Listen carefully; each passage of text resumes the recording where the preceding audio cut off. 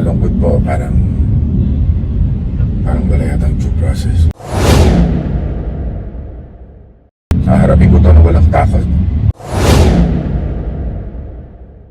I assure you, walang magiging special treatment doon.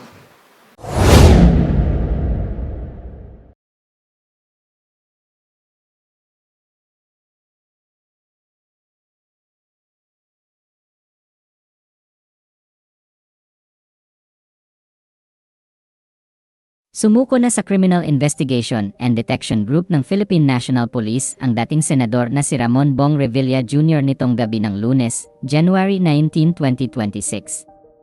Ito'y matapos maglabas ng arrest warrant ang Sandigan Bayan laban sa dating senador kaugnay ng umano'y 92.8 milyong pisong ghost flood control project sa Pandi, Bulacan. Pero bago siya sumuko ay nagbigay ng pahayag ang dating senador sa mga taga-suporta niya sa pamamagitan ng Facebook Live. Sa naturang video, inihayag niya ang pagkadismaya niya sa tinawag niyang lack of due process, kaya naglabas ng warrant of arrest at hold departure order laban sa kanya ang Sandigan Bayan. Ikinalulungkot naman ng dating senador na tila wala raw due process, at iginiit na haharapin niya ng walang takot ang mga kaso laban sa kanya.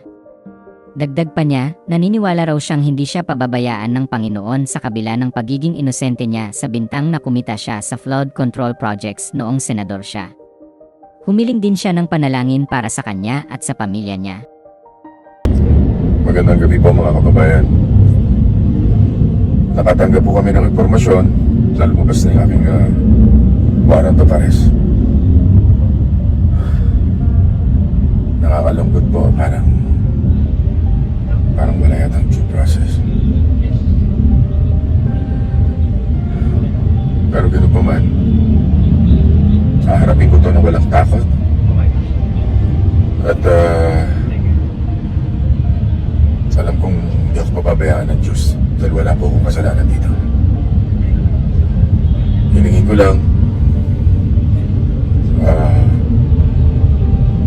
hingi ako ng panalangin at patatagin niyo rin po ang aking pamilya.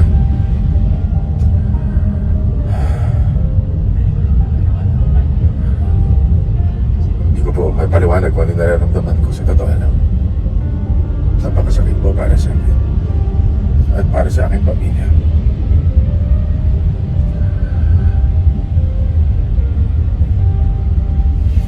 Lamang po, maraming salamat.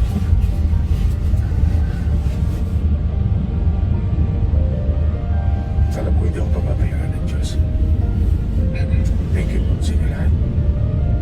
Please pray for me. Ibinalita sa saksi na dumating si Bong Revilla sa CIDG dakong 9:57 PM ng Lunes, January 19, 2026. At kasama ng dating senador ang asawa nitong si Cavite 2nd District Representative Lani Mercado Revilla at mga anak nitong sina Cavite 1st District Representative Jolo Revilla at Agimat Party List Representative Brian Revilla. Ibinalita naman sa ABCB News na kasama rin ni Bong Revilla ang ilang PNP officials. Kabilang na ang acting PNP chief na si Lieutenant General Jose Melencio Nartates Jr. at hindi na nagbigay ng pahayag sa media ang dating senador nang hingan siya ng reaksyon. Naglabas naman ng pahayag ang PNP upang kumpirmahin ang pagsuko ni Bong Revilla sa otoridad. Narito ang pahayag ng PNP. The Philippine National Police confirms that former Senator Ramon Bong Revilla Jr. voluntarily surrendered at the PNP National Headquarters in Camp Crame today, January 19, 2026, accompanied by his wife and children. Upon his arrival, the Criminal Investigation and Detection Group was immediately summoned to serve the warrant of arrest issued against him. The warrant was duly implemented, and the former senator was formally informed of the nature of his arrest and his constitutional rights. He is currently undergoing standard booking and documentation procedures under the custody of the CIDG, including the required medical examination, in accordance with existing rules and protocols. Sa press conference nitong Martes, January 20, 2026, ay tiniyak ni Department of Interior and Local Government Secretary John Vic Remulla na walang special treatment na ibibigay ang mga otoridad para sa anyay matagal na niyang kaibigang si Bong Revilla. For the record, matagal kami magkasama ni Senator Bong sa Cavite. Ang anak niya ay naging vice governor ko. Ang anak niya ngayon ay vice governor ng pamangkin ko. We've been lifelong friends ever since the 1980s. Matagal na kami magkaibigan. But duty calls, there are no exceptions to the rule. Ang pag sinabi ng sandigan to arrest him, I advise him to, ang best ko na magawa is advise him to surrender peacefully. Sigurado dyan, sir, may mga mag-iisip, malaking tao, baka special treatment ito.